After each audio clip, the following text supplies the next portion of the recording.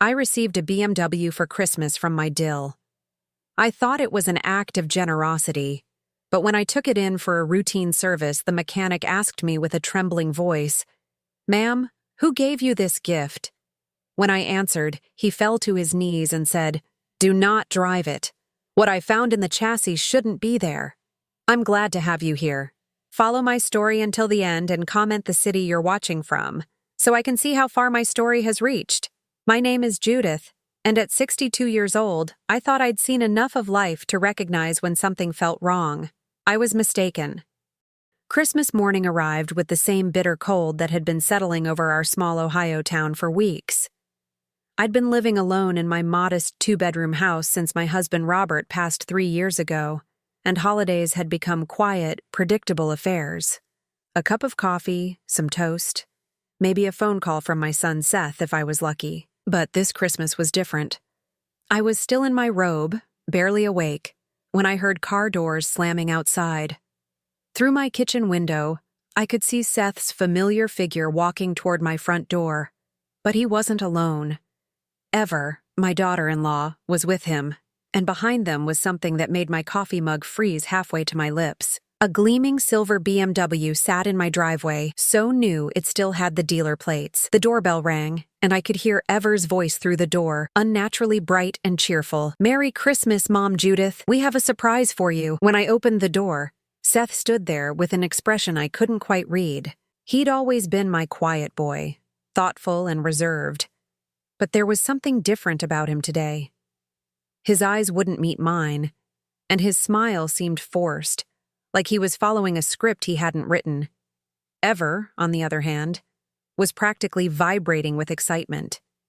Her bleached blonde hair was perfectly styled despite the early hour, and she was wearing one of those expensive coats that cost more than my monthly grocery budget. She'd always been particular about appearances, but today she seemed almost manic. "Surprise," she squealed, throwing her arms around me in a hug that felt more like a performance than genuine affection. "We got you something very special this year." I looked between them, confused. Seth and Ever had been married for 8 years, and our relationship had always been complicated. She'd made it clear from the beginning that she thought Seth could do better than having a working-class mother from a small town. Christmas gifts between us were typically perfunctory: a scented candle, a gift card to a restaurant I'd never visit. "What's going on?" I asked, pulling my robe tighter against the cold. Ever grabbed my hand, her grip surprisingly firm. "Come see! You're going to love it!" She practically dragged me out to the driveway, Seth following silently behind. The BMW was beautiful, I had to admit. The kind of car I'd seen in magazines but never imagined owning. The leather interior was visible through the windows, and everything about it screamed luxury. "It's yours," Ever announced, dangling a set of keys in front of my face. "Your very own BMW. We thought it was time you had something nice, something reliable. No more worrying about that old Honda breaking down." I stared at the car, then at them. My Honda was 15 years old and had seen better days, but it was paid off and got me where I needed to go. This BMW probably cost more than I made in 2 years working part-time at the local library. "I don't understand," I said slowly. "You bought this for me?" Seth finally spoke, his voice barely above a whisper. "We wanted to do something nice for you, Mom. You deserve it." But something in his tone made my stomach clench. He sounded like he was reciting lines, and his hands were shaking slightly. I'd raised this boy, changed his diapers, kissed his scraped knees. I knew when something was wrong. Ever, meanwhile, was practically bouncing on her toes. The dealer said it's top of the line. All the safety features, GPS, heated seats, everything. And the best part is, you can start driving it right now. Today. We already took care of the insurance and registration. "Right now?" I asked, feeling more confused by the minute. "But it's Christmas morning. Where would I need to go?" "Oh, anywhere." Ever's laugh sounded forced. "The grocery store, the library, maybe visit some friends. The important thing is that you start using it right away. Cars like this need to be driven regularly to keep them in good condition." I looked at Seth again, searching his face for some explanation. He was my only child, born when I was 27 and full of dreams about the family we'd build together. His father had left when Seth was 12, unable to handle the responsibility of a family, and it had been just the two of us for years. We'd been close once, before Ever came along. Now he stood there like a stranger, avoiding my eyes and fidgeting with his coat zipper. "This is very generous," I said carefully, "but I can't accept something this expensive. It must have cost—" "Don't worry about the cost," Ever interrupted, her voice sharp. "Seth got a big bonus at work and we wanted to share our good fortune. Besides, think of it as an investment in your safety. You're getting older and we worry about you driving that old car, especially in winter weather." The comment about my age stung, even though I knew she hadn't meant it kindly. Ever had a way of wrapping insults in concern, making it impossible to respond without looking ungrateful. "I appreciate the thought, but, Mom, please." Seth's voice was strained. "Just take it. For us. For me." There was something desperate in his voice that stopped my protests. I looked at my son, really looked at him, and saw dark circles under his eyes, a tightness around his mouth that spoke of stress. He'd lost weight since I'd seen him last, and his clothes hung loose on his frame. "Are you okay, honey?" I asked, reaching toward him. Ever stepped between us before I could touch him. "He's fine. We're both fine. Everything's wonderful, which is why we wanted to do this for you." She pressed the keys into my palm. "Come on, let's take it for a test drive. I'll ride with you to make sure you're comfortable with all the features." "Now?" I looked down at my robe and slippers. "I'm not exactly dressed for—" "Oh, just around the block. You don't need to get dressed up for that." Ever was already opening the passenger door.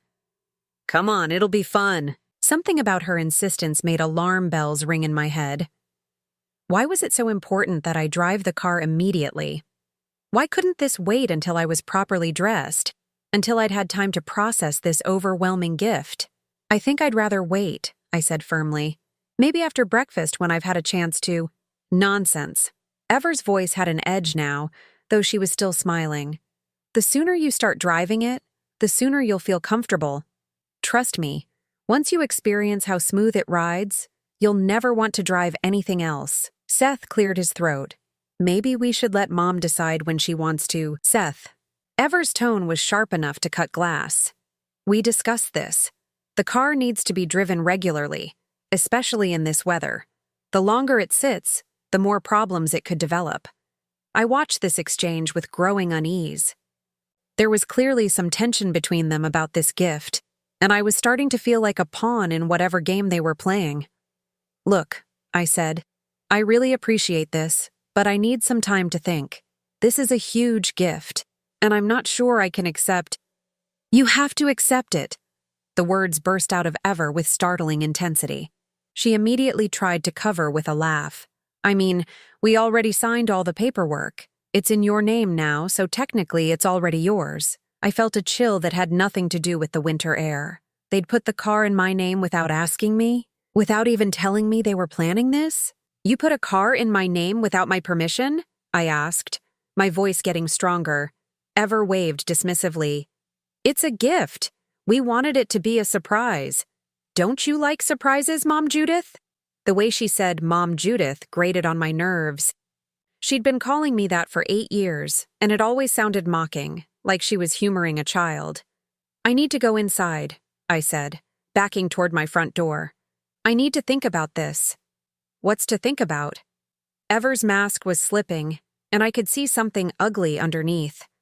"We do something incredibly generous for you, and your response is to be suspicious and ungrateful." "Ever, please," Seth said quietly, but she ignored him. "Do you have any idea how much this car cost? How much we sacrificed to buy it for you? And you can't even say thank you properly?" I felt heat rising in my cheeks. I did say thank you, but this feels wrong. I can't explain why, but something about this whole situation feels wrong. Ever's eyes narrowed. "Wrong? What could possibly be wrong about your family wanting to take care of you?" But that was just it. They'd never wanted to take care of me before. Ever had made it clear from the moment she met me that she thought I was beneath her, beneath Seth. She'd gradually driven a wedge between my son and me, finding excuses for why I couldn't visit, why family gatherings had to be at their house where she controlled every detail. And now, suddenly she wanted to give me a car worth more than my house? I'm going inside, I repeated, clutching the keys because I didn't know what else to do with them. Thank you for the gift, but I need some time. Ever started to say something else, but Seth grabbed her arm. Come on, he said. Let's let Mom process this. As they walked back to their car, I heard Ever hissing at Seth in a voice she thought I couldn't hear. This isn't going according to plan. She was supposed to be excited, supposed to want to drive it immediately. Plan? What kind of plan involved surprising someone with a car and insisting they drive it right away? I stood in my doorway, watching them drive away, the silver BMW sitting in my driveway like a beautiful threat. The keys felt heavy in my hand, and I couldn't shake the feeling that accepting this gift would be the biggest mistake of my life. What I didn't know was just how right that instinct would prove to be. For 3 weeks, the BMW sat in my driveway like a sleeping predator. Every morning when I opened my curtains, there it was, gleaming silver in the winter light. A constant reminder of that strange Christmas morning. I'd driven it exactly once, a short trip to the grocery store that left me more unsettled than before. The car was too quiet, too smooth, too perfect. Everything about it felt wrong in my hands, like I was wearing someone else's clothes that didn't quite fit. Seth had called twice to ask how I was enjoying my new ride, his voice still carrying that strained quality I couldn't shake from my mind. Ever had called 4 times, her questions increasingly pointed. Was I driving it regularly? How did it handle? Had I taken it on any long trips yet? The last question bothered me most. Why would she assume I'd want to take long trips? I was a homebody, always had been. My weekly outings consisted of grocery shopping, library visits, and occasionally dinner with my neighbor Margaret.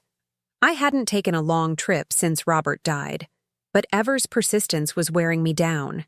During her most recent call, she'd become almost aggressive in her questioning.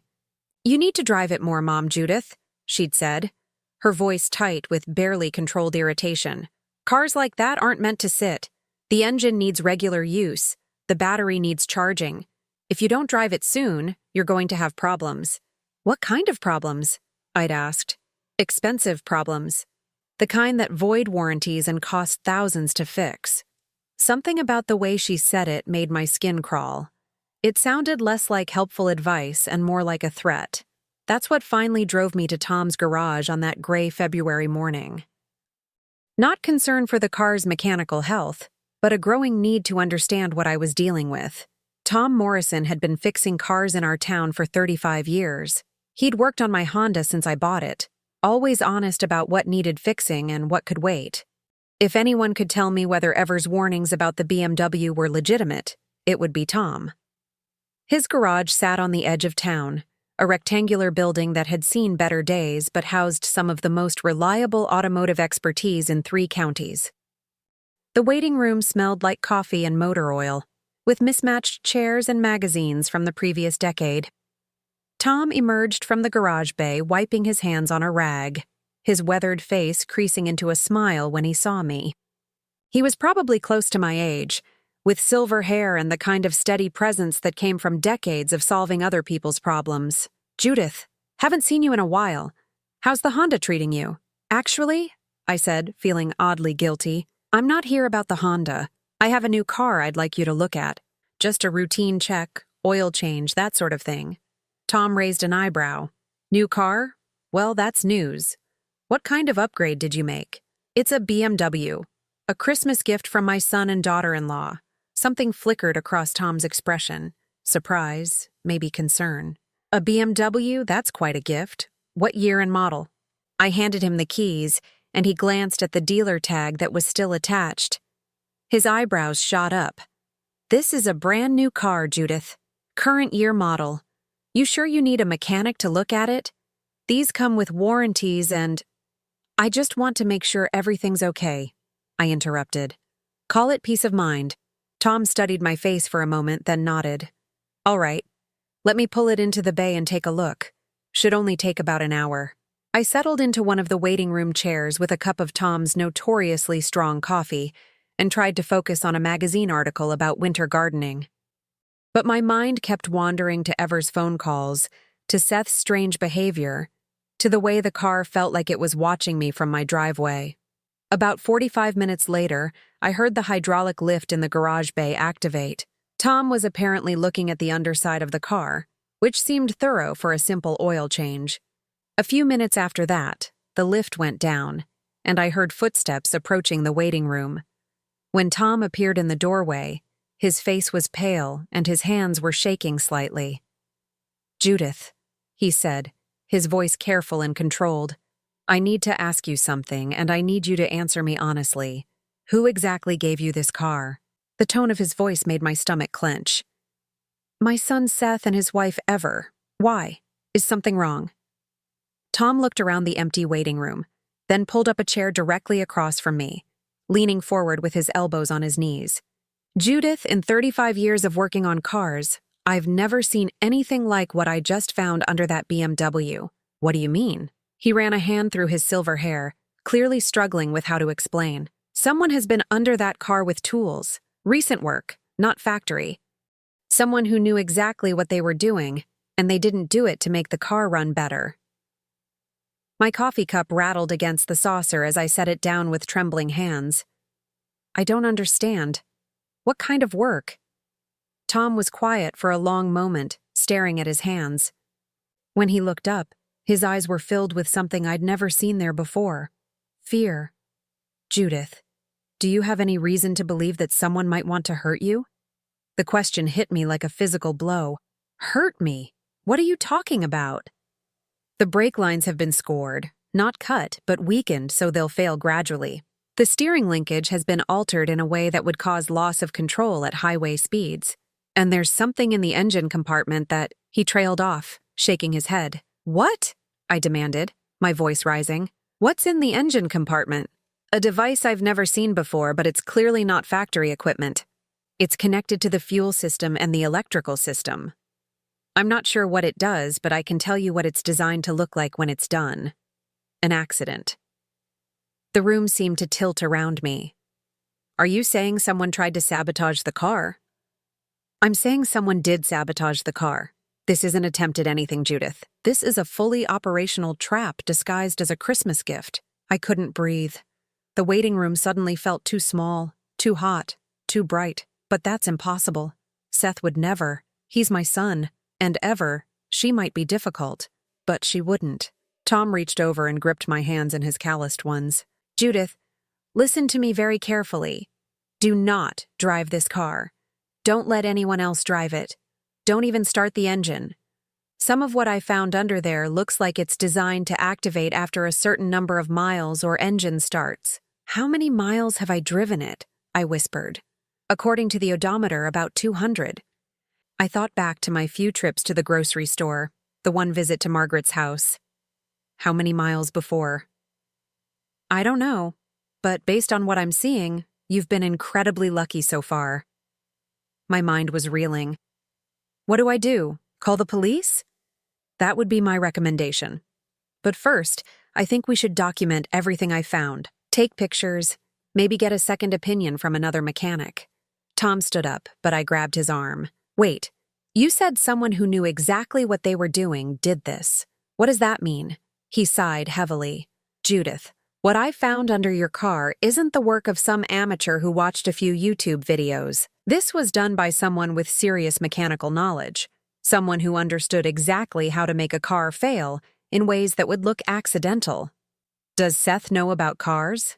I asked, though I already knew the answer. Seth had never shown any interest in mechanical things. He could barely change his own oil. "Not that I've ever seen." "But that doesn't mean he doesn't know someone who does." The implication hit me like ice water. If Seth wasn't capable of doing this himself, then either he'd hired someone to do it or— "Ever," I breathed. "Ever's father owns an auto repair shop in Cleveland. She grew up around cars." Tom's expression grew even more grim. "That would explain the skill level I'm seeing. Judith, whoever did this knew exactly what they were doing, and they knew how to make it look like mechanical failure rather than sabotage. I felt tears starting to burn behind my eyes. Why would they want to hurt me? I know Ever doesn't like me much, but this is attempted murder, Tom said bluntly. There's no other way to describe it. We sat in silence for a moment, the weight of those words settling between us like a stone. My phone's been ringing all morning, I said suddenly, the realization making me feel sick. Ever keeps calling, asking if I've been driving the car, asking if I've taken any long trips. Tom's jaw tightened. She's been monitoring your mileage. But why? If they wanted to, if they wanted me dead, why give me a car? Why not just— Because this way looks like an accident, Tom explained gently. A tragic accident where a 62-year-old woman lost control of her new car. No one would question it, especially if it happened on a highway or during bad weather. The full horror of it began to sink in. They hadn't given me a gift. They'd given me a death sentence, wrapped up in a silver bow and presented with smiles and Christmas wishes. Tom, I said, my voice barely a whisper. What happens now? Now we call the police. And Judith? He looked directly into my eyes. Until we figure out exactly what's going on, you can't trust anyone. Not anyone. As if summoned by his words, my cell phone began ringing in my purse. The caller ID showed Ever's name, and suddenly her persistent calls took on a sinister new meaning. She wasn't calling to check on my satisfaction with the gift. She was calling to find out if I was dead yet. The police station smelled like burnt coffee and disinfectant, a sterile environment that somehow made the horror of my situation feel even more surreal. Detective Sarah Martinez sat across from me in a small interview room, her dark eyes serious as she reviewed the photographs Tom had taken of the sabotaged BMW. Mrs. Holbrook, she said, looking up from the file. I want to make sure I understand this correctly. Your son and daughter-in-law gave you this car as a Christmas gift, and you're saying they modified it to kill you? The word sounded insane even to my own ears. I know how it sounds, Detective. But Tom Morrison has been working on cars for 35 years. He knows what he's looking at. Detective Martinez nodded slowly. Mr. Morrison's reputation is well established. His assessment carries weight with us. But I need to understand the why here. Do you have any idea what might motivate your son and daughter-in-law to want to harm you? I'd been dreading this question since Tom first showed me the photographs. I honestly don't know. Ever has never liked me much, but this. I gestured helplessly at the pictures. This goes beyond dislike. Tell me about your relationship with them. I took a deep breath, trying to organize 8 years of complicated family dynamics. Seth is my only child. His father left when Seth was 12, so it was just the two of us for a long time. We were close. Then he met Ever in college, and things changed. Changed how? She made it clear from the beginning that she thought I wasn't good enough. I worked at the library, lived in a small house, drove an old car. She came from money. Her father owned several auto repair shops in Cleveland. She was used to a different lifestyle. Detective Martinez made notes as I spoke. Did this create tension? Gradually, yes.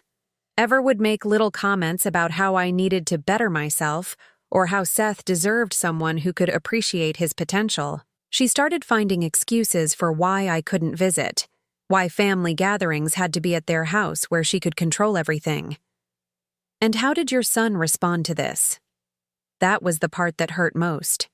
Seth started pulling away. He'd call less often, visit less frequently. When we did see each other, Ever was always there, monitoring every conversation. It was like she was afraid of what we might say to each other. When was the last time you spoke to your son alone? I had to think about it. It's been over 2 years. She's always there, always listening. And Seth, he just lets it happen. Detective Martinez leaned forward. Mrs. Holbrook, I need to ask you about finances. Do you have any significant assets? Life insurance? Property? I own my house outright. It's worth maybe $100,000. I have about $50,000 in savings from Robert's life insurance. Nothing that would make me a wealthy woman, but enough to live comfortably in retirement. Do you have a will? Yes. Everything goes to Seth. He's my only family. The detective's expression grew more serious. Has there been any recent discussion about your will? Any pressure to change it or update it? I shook my head. No. Seth has always known he'll inherit what little I have. There's never been any question about that. Detective Martinez made more notes, then closed the file. Mrs. Holbrook, we're going to need to examine your car more thoroughly. We'll also need to interview your son and daughter-in-law. In the meantime, I strongly advise you not to have any contact with them. What should I tell them if they call? Nothing. Don't answer. Don't return calls. If they show up at your house, call us immediately. As if summoned by her words, my phone rang. Ever's name appeared on the screen, and Detective Martinez gestured for me to answer it while she listened. "Hello, Ever," I said, my voice steadier than I felt. "Mom, Judith, there you are. I've been trying to reach you all day. How's the car running?" The casual tone of her voice made my skin crawl. "It's fine. Have you been taking it out much? You really should drive it more. Cars like that need regular use to stay in good condition." Detective Martinez was writing furiously, noting every word. "I've been driving it some," I lied. "That's wonderful. Where have you been going?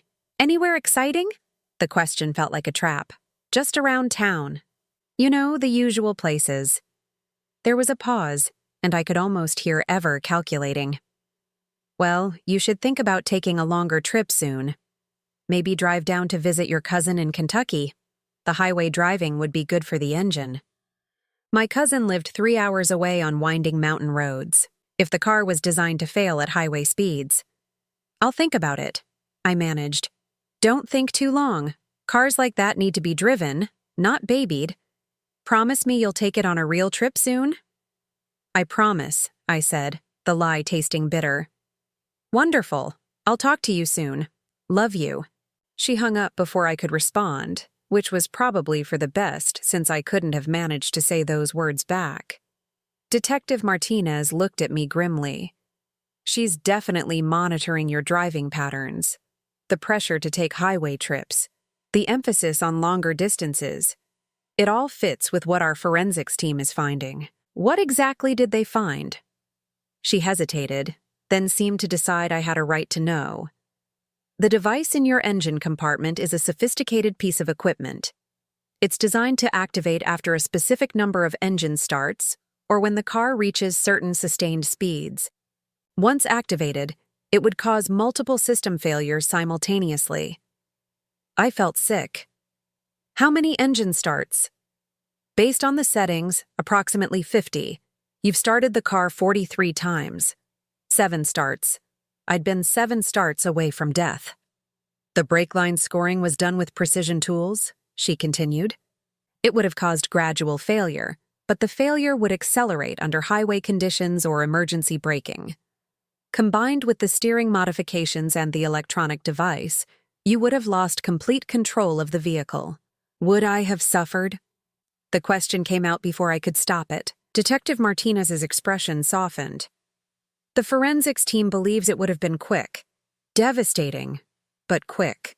Small comfort, but I supposed it was something. Detective, what happens now? We continue our investigation.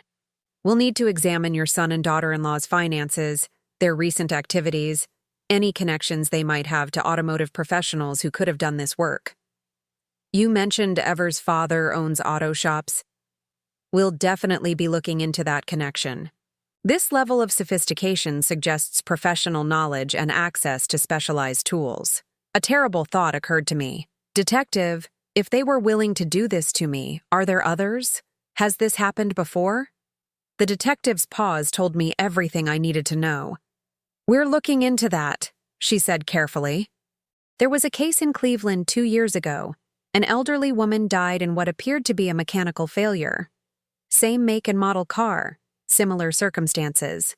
Ever's father's shop had serviced that vehicle shortly before the accident. My blood turned to ice. How many people have they killed? We don't know yet, but Mrs. Holbrook, you may have just helped us uncover something much larger than we initially thought." The room seemed to spin around me. It was one thing to discover that my own family wanted me dead. It was another entirely to realize they might be serial killers using Christmas gifts and family connections to cover their tracks. "I need some air," I said, standing up on shaky legs.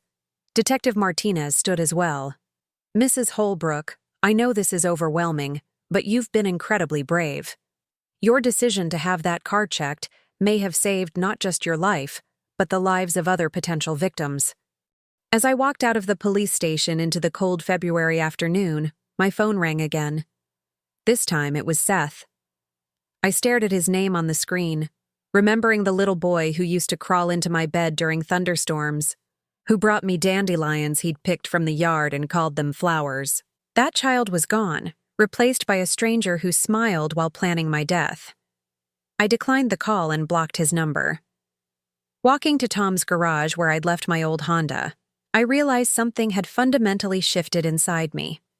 The grieving mother who'd spent years making excuses for her son's behavior was gone.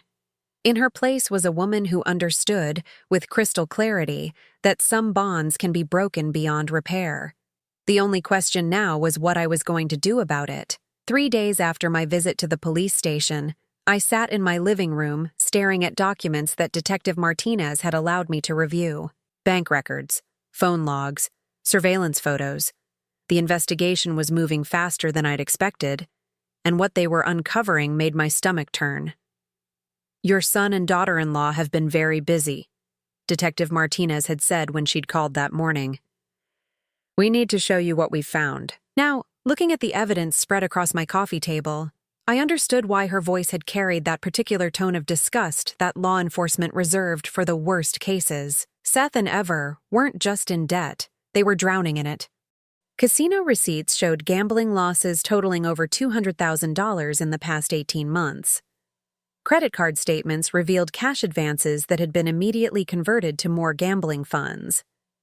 There were threatening letters from loan sharks, second mortgages on their house, and something that made my blood run cold: a life insurance policy on me that I'd never known existed. "When did they take out this policy?" I asked Detective Martinez, my voice barely above a whisper. 14 months ago. $2 million with your son listed as the sole beneficiary. They've been paying the premiums religiously. It's actually the only bill they haven't defaulted on." $2 million. I stared at the number, trying to process it. My entire estate wasn't worth more than $150,000, but somehow I was worth 20 times that amount dead. How is that even legal? How can someone take out a life insurance policy without the person knowing? Detective Martinez's expression was grim. It shouldn't be. But if you look at the signature on the application.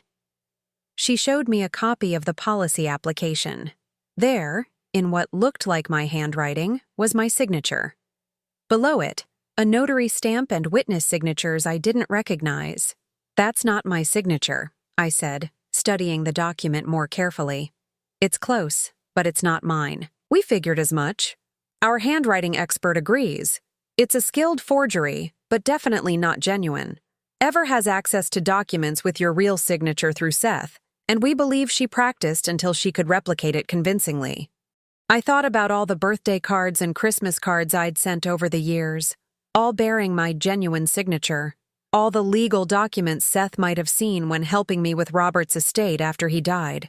So they forged my signature to take out a life insurance policy, then gave me a death trap disguised as a Christmas gift. That's what the evidence suggests. But it gets worse. I didn't think it could get worse, but Detective Martinez pulled out another set of documents. We've been tracking their communications over the past year. Text messages, emails, phone calls. They've been planning this for a long time, and they've been very thorough. She showed me printed copies of text messages between Seth and Ever. Reading them felt like swallowing broken glass. Ever. The old bitch changed her will again. Everything goes to some cat shelter now instead of Seth. Can you believe that? Seth. What? When did she change it? Ever. Last month. I saw the papers when I was at her house. We need to move faster. Seth. I don't know if I can go through with this. Ever. Don't be weak. She's old. She's alone. She's never done anything worthwhile with her life. At least this way her death will mean something. It'll save us. I had to stop reading. The casual cruelty of Ever's words was devastating, but what hurt more was Seth's response. Not outrage at the suggestion, but worry about his own ability to go through with it. "Detective," I said, my voice shaking, "I never changed my will. Everything still goes to Seth." She looked confused. "Are you certain?" "Absolutely certain. I haven't modified my will since Robert died 3 years ago." Detective Martinez made notes. "So, where did Ever get the idea that you'd changed it?"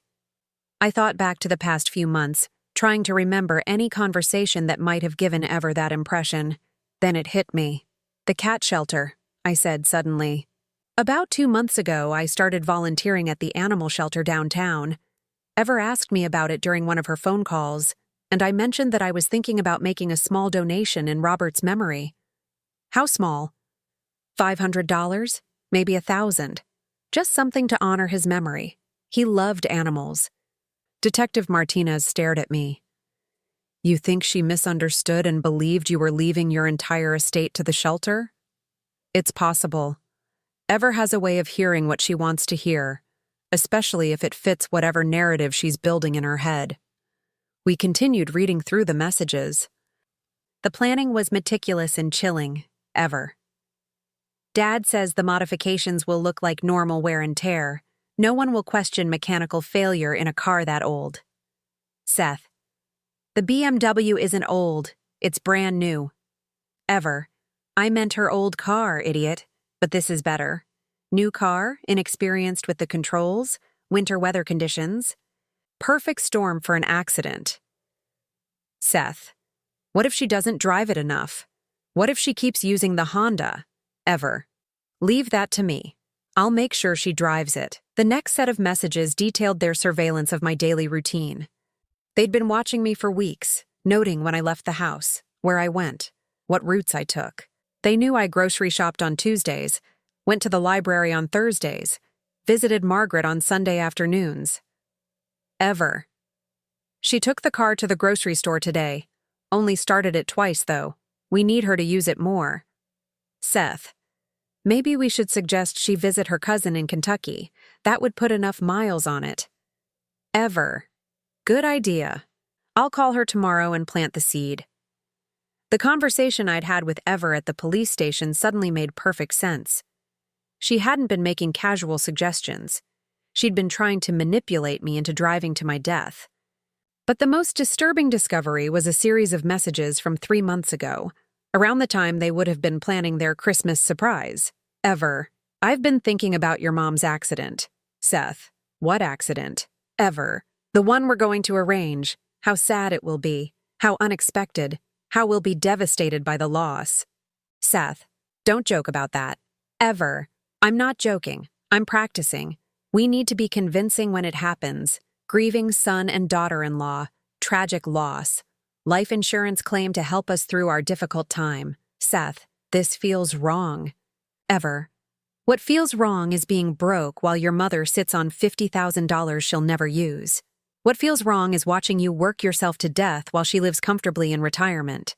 She's had her turn. Now it's ours." "Detective," I said, setting down the papers with trembling hands, "how long have they been planning this?" "Based on these messages, at least 6 months of active planning. But we found earlier communications that suggest Ever has been thinking about this possibility for much longer." She showed me older messages, dating back almost 2 years. Ever. "Your mom is going to live forever just to spite us. She'll probably make it to 90 out of pure stubbornness." Seth. "Don't say things like that." Ever. "I'm just saying, we could be waiting another 30 years for our inheritance. 30 years of being broke while she hoards money she doesn't need." Seth. "She's not hoarding anything. She lives modestly." Ever. "She lives like a miser while we struggle. It's not fair, Seth. You're her only child. You should be her priority." I could see how the poison had been administered slowly, a drop at a time, until Seth's natural love for me had been twisted into resentment. "There's one more thing," Detective Martinez said gently. "We found evidence that this isn't their first attempt." My blood went cold.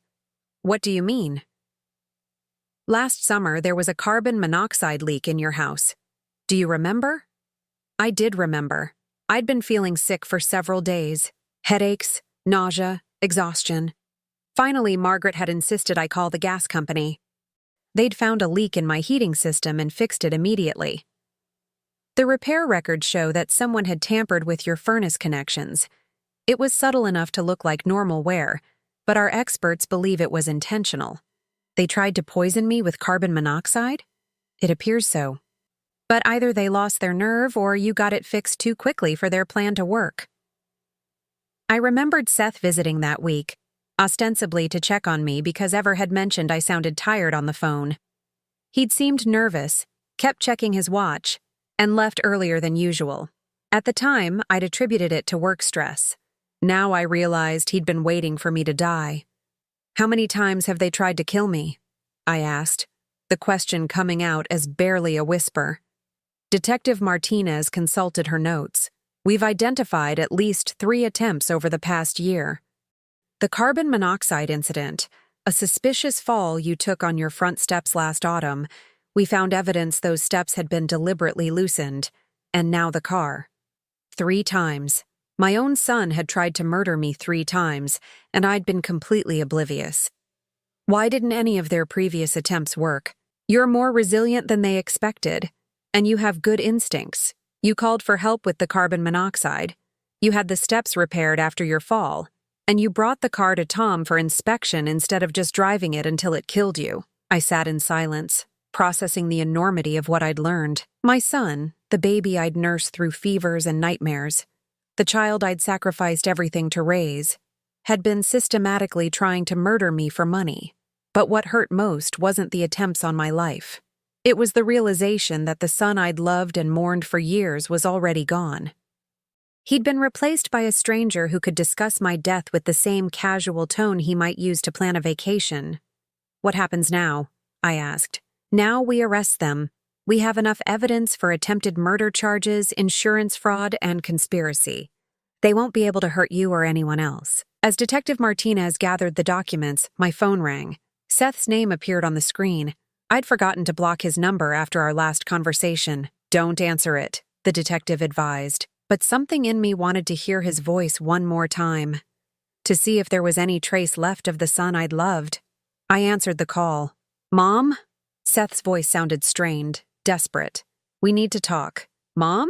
Seth's voice cracked through the phone, and for a moment he sounded like the frightened little boy who used to call for me during thunderstorms. We need to talk. Detective Martinez was shaking her head frantically, mouthing, "Hang up," but something in Seth's tone made me pause. There was desperation there, fear, maybe even regret. Against my better judgment, I wanted to hear what he had to say. About what, Seth?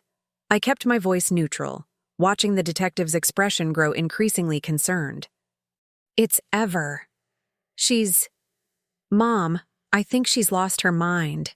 She keeps talking about you driving that car more, taking longer trips. She's obsessed with it, and I'm starting to think. He trailed off, and I could hear him breathing heavily. You're starting to think what? I think she did something to it. To the car. Something bad. Detective Martinez was writing furiously, her eyes wide. This wasn't what any of us had expected. What kind of something? I asked, my heart pounding despite myself. I don't know exactly, but she's been acting strange ever since we gave it to you. She keeps asking me about your driving habits, whether you've taken any highway trips. And yesterday, I overheard her on the phone with her father, talking about timing and... Mom, I think she's trying to hurt you. The performance was Oscar-worthy. If I hadn't seen the text messages with my own eyes, I might have believed him. But I had seen them. I knew he was just as guilty as ever, just as calculating, just as willing to watch me die for money. That's a serious accusation, Seth. I know it sounds crazy, but I'm scared. For you, I think you should stop driving the car until we can figure out what's going on. Detective Martinez handed me a note. Keep him talking. We're tracing the call. Where are you calling from? I asked. A gas station outside town. I told Aver I was going to pick up groceries, but I needed to call you without her hearing. Mom, please, you have to listen to me. Don't drive that car anymore. The irony was almost laughable. After months of planning my death, Seth was now pretending to be my savior, probably hoping that if he could convince me to stop driving, they could regroup and try again with a different method. Seth, I need to ask you something, and I want you to tell me the truth. Anything, Mom. Are you in financial trouble? The silence stretched so long I thought the call had dropped. Finally, Seth's voice came back, barely above a whisper. How did you know?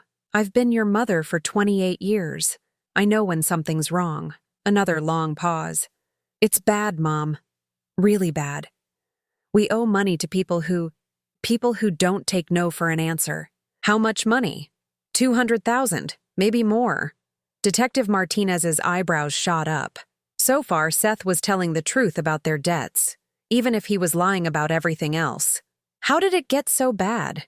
Ever thought she had a system for the casinos? She was so confident, so sure she could beat the odds. At first, she was winning, and it felt like we'd found the answer to all our problems. But then the house always wins. I finished. Yeah. And when we started losing, she said we just needed to bet bigger to win back what we'd lost. It became this horrible cycle, and before I knew it, we'd mortgaged everything and it still wasn't enough.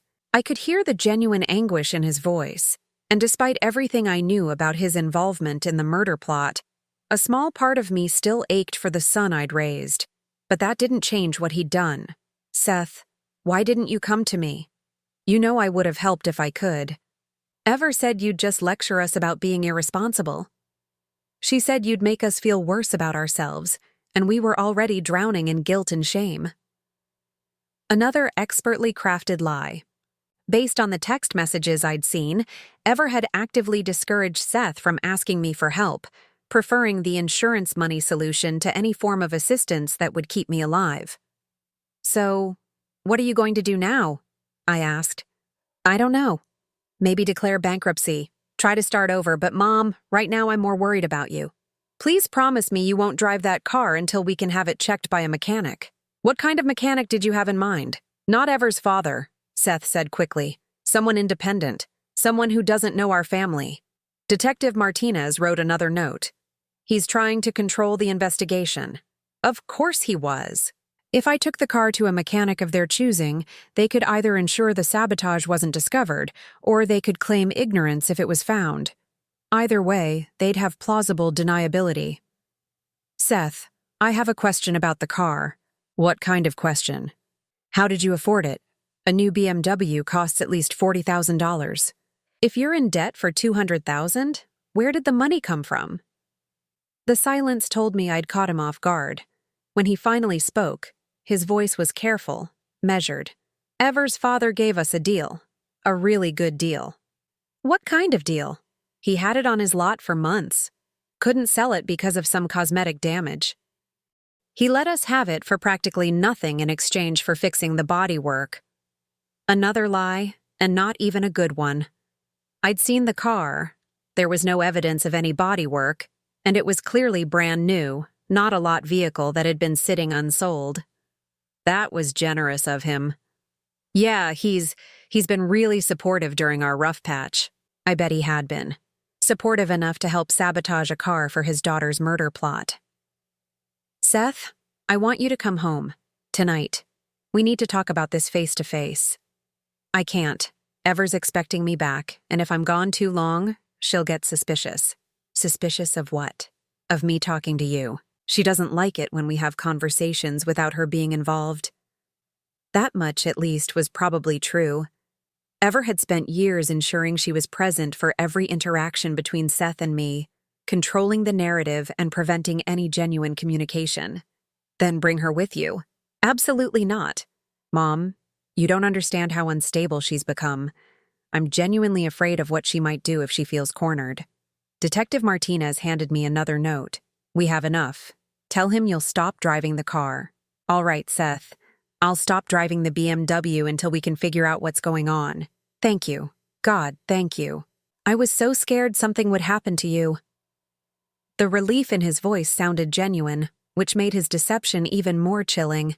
He was either a sociopath or the world's best actor. Will you call me tomorrow to check in? Of course. And Mom? I love you. I know things have been complicated between us, but you're still my mother, and I don't want anything to happen to you. After I hung up, Detective Martinez and I sat in silence for several moments. What do you think? She finally asked. I think he's trying to play both sides, I said.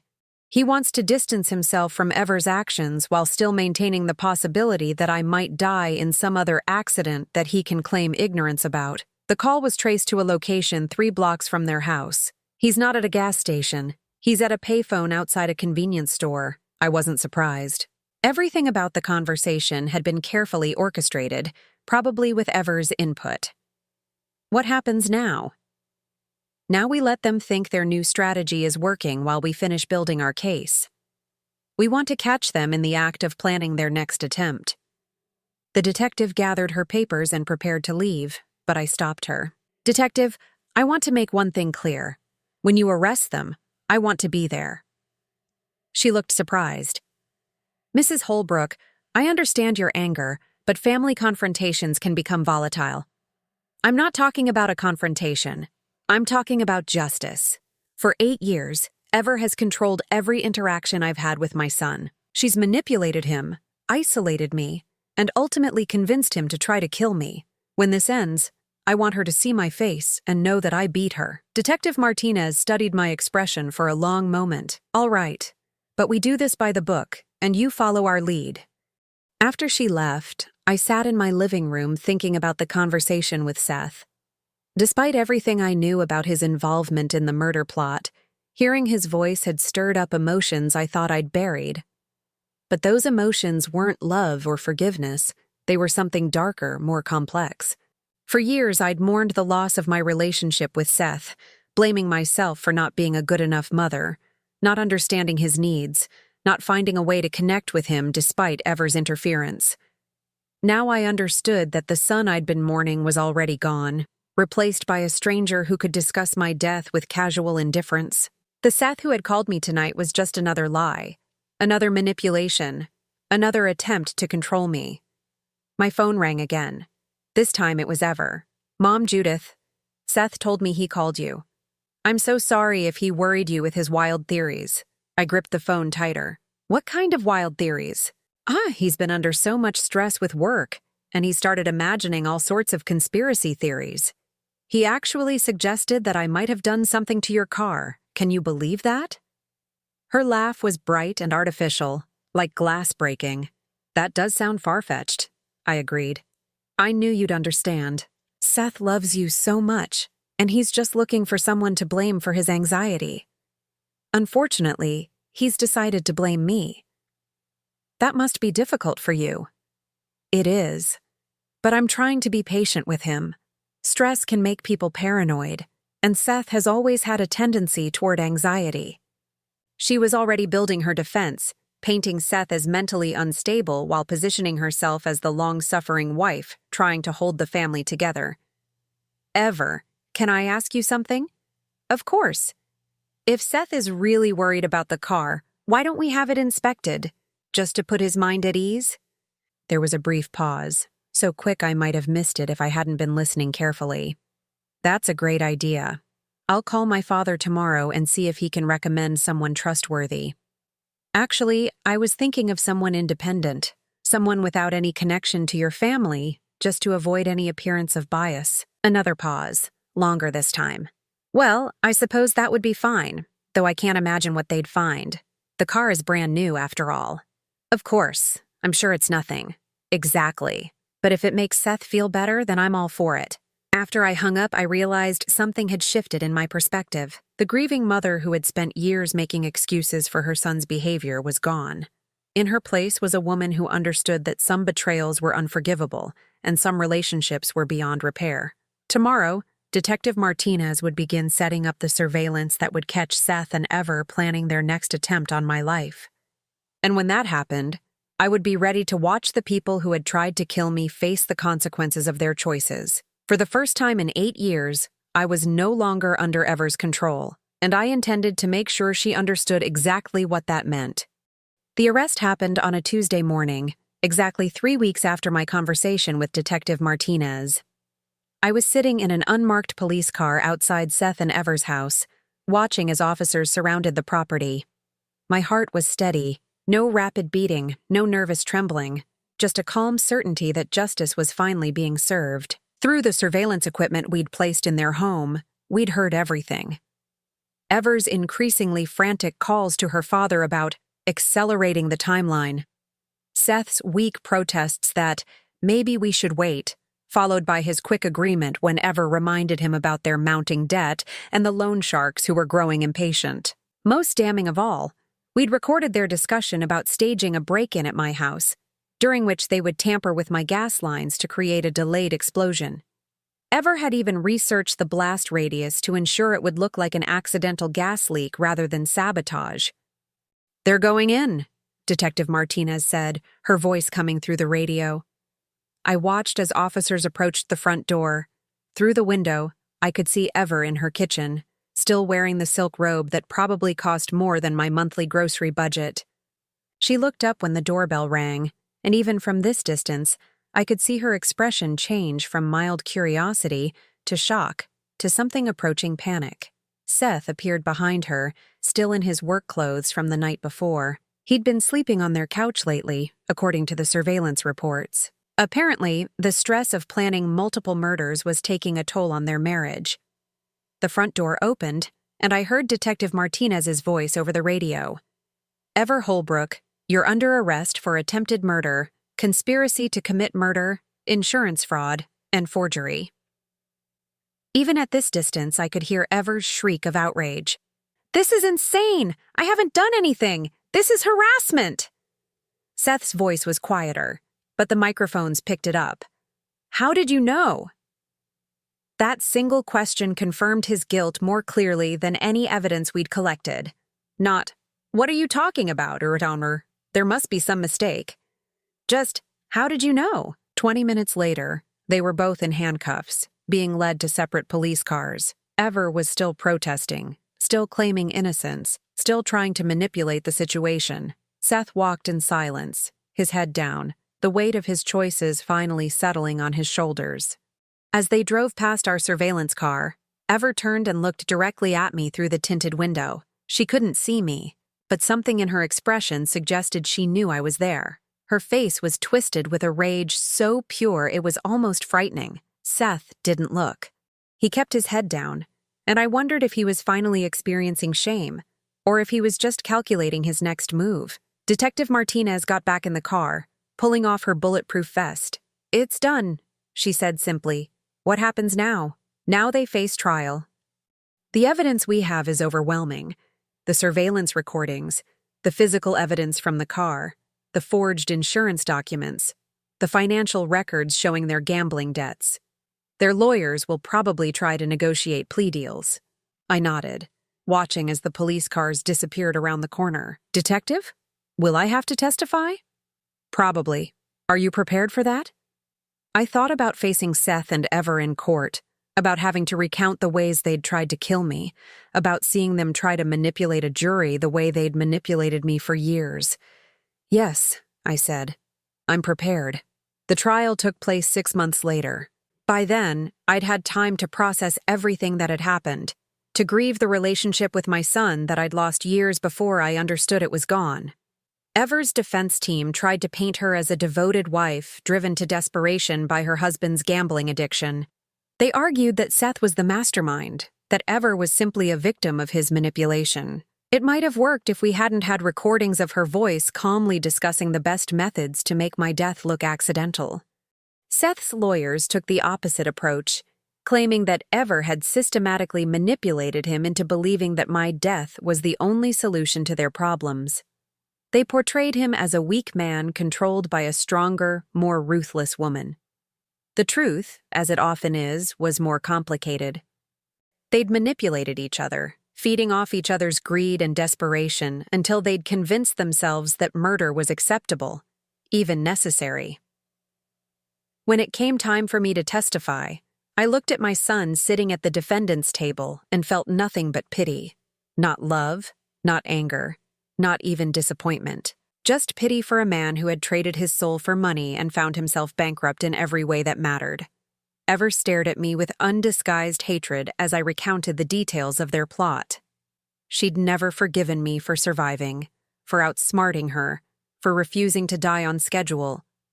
In her mind, I was still the obstacle standing between her and the life she felt she deserved.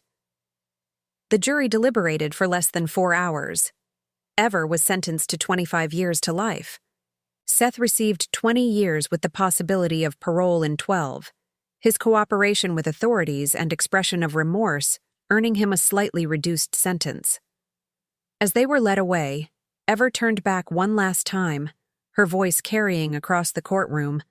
"This isn't over, Judith. You may have won today, but you'll never be free of us." But she was wrong about that. I sold my house 3 weeks after the sentencing and moved to a small coastal town in Maine where nobody knew my story. I'd always loved the ocean, and Robert and I had talked about retiring somewhere near the water. It seemed like the right time to honor that dream. My new house is modest. 2 bedrooms, a small garden, a view of the harbor from my kitchen window. I volunteer at the local animal shelter, teach reading to adults at the community center, and have coffee with my neighbor Dorothy every Thursday morning. I don't think about Seth and Ever every day anymore. Sometimes weeks pass without them crossing my mind. When they do, it's not with anger or sadness, but with a kind of distant amazement that I survived their attempts to destroy me. The life insurance policy they'd taken out in my name was voided due to fraud, and I used the modest settlement from the insurance company's apology to help other elderly people who'd been victims of financial exploitation. It felt right, turning their greed into something that could help others. 6 months ago, I received a letter from Seth. He's eligible for parole in 8 years, and he wanted to apologize, to explain, to somehow rebuild the relationship we'd lost. The letter was 3 pages long, filled with the kind of psychological insights that suggested he'd been through extensive therapy in prison. I read it once, then threw it away. Not out of anger, but out of understanding. The person who wrote that letter was a stranger to me, just as the person who'd planned my death had been. Whatever relationship we'd once had died long before I learned about the sabotaged car.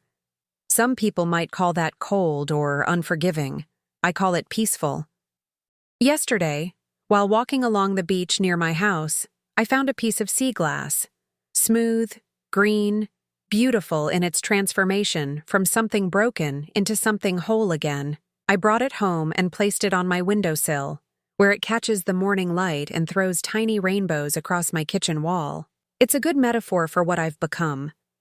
The sharp edges of anger and betrayal have been worn smooth by time and distance.